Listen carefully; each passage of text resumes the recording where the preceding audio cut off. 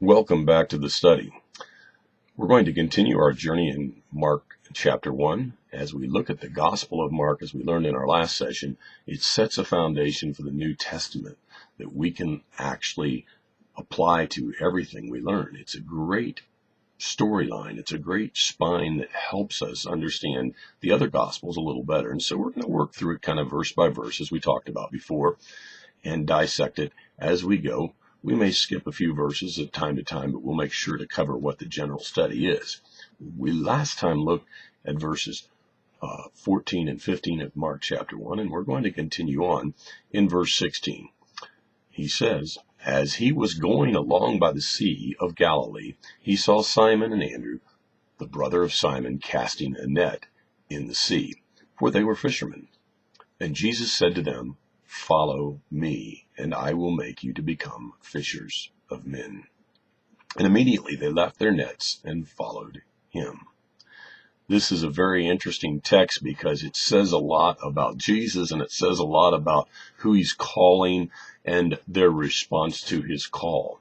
So many times we hear a lot of voices calling us to follow them, calling us to be like them, calling us to indulge ourselves in the cultural issues and in the cultural and sociological trends of our day and age. Jesus spoke many sermons in his life, and it's very obvious that in these sermons he gave us a lot of good advice, and he also gave us instruction on how to live our lives. Probably the shortest sermon he ever gave that had the potential to change our lives was this one right here, those two words, "Follow me." We hear a lot of things like that. There are a lot of Pied Pipers. There are a lot of people trying to allure us into their camp, trying to get us to be what they want us to be. But truly, there is only one genuine person, God incarnate in Jesus Christ, that we should follow. And when Jesus says, "Follow me," he also says, "I will make you to become fishers of men." He took their occupation and turned it into what could be applicable for the kingdom of God, which we learned in our last session was the first thing that he proclaimed. The kingdom of God is here. It's now. It's at hand. And he took what they were in their occupation, and he says he transforms it into how it's going to affect them in their lives as they learn how to become followers of him. Now, the interesting thing is they didn't stop there on the boat and say, "Well, you know what?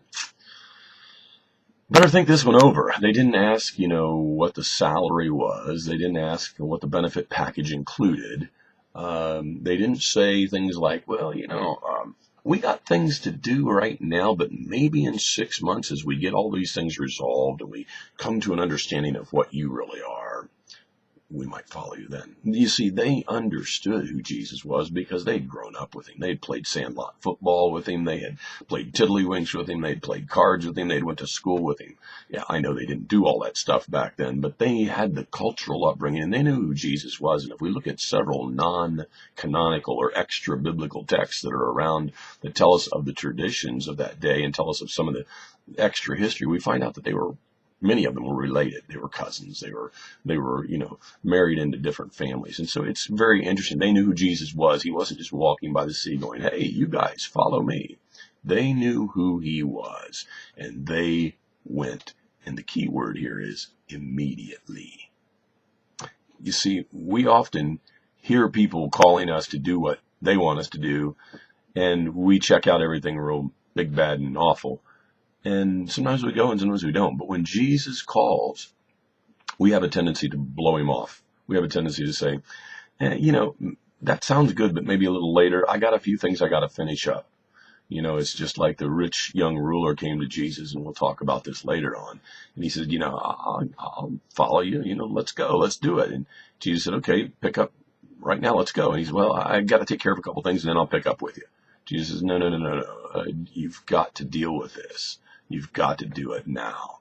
And the disciples here, Simon Peter and Andrew, his brother, they left everything immediately. Now, the real ploy here is we'll follow a job immediately. We'll follow an education immediately. But we don't always listen to the voice that means so much to us and has so much to say to us. When the voice of Jesus Christ says, follow me into this situation, follow me as I resolve this circumstance, follow me as I build this relationship with this person, with you, will we do it? And even more important, will we do it immediately? You see, it's easy to say, what would Jesus do? It's more important to say, am I willing to do what Jesus would do? And then add that word that sometimes is awfully frightening to us as North Americans, immediately.